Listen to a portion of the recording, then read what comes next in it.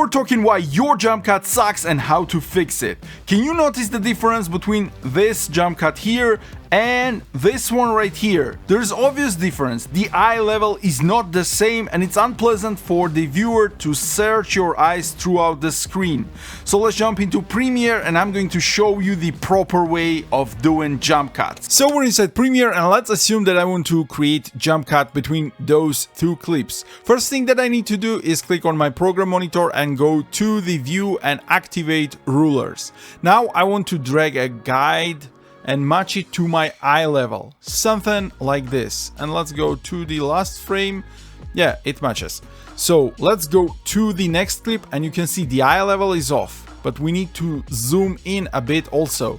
So for that, go to the edit, effect controls, and in here, scale this clip up to something like this. And let's reposition this one to match our guide. And now if we're going to play this back, you can see that the jump cut is much more natural because you're not searching for the eyes throughout entire screen. And basically this is the correct way of doing jump cuts. Now your jump cuts will be spot on, perfetto. This is it for this tutorial. We'll catch you in the next one. Till then, stay awesome.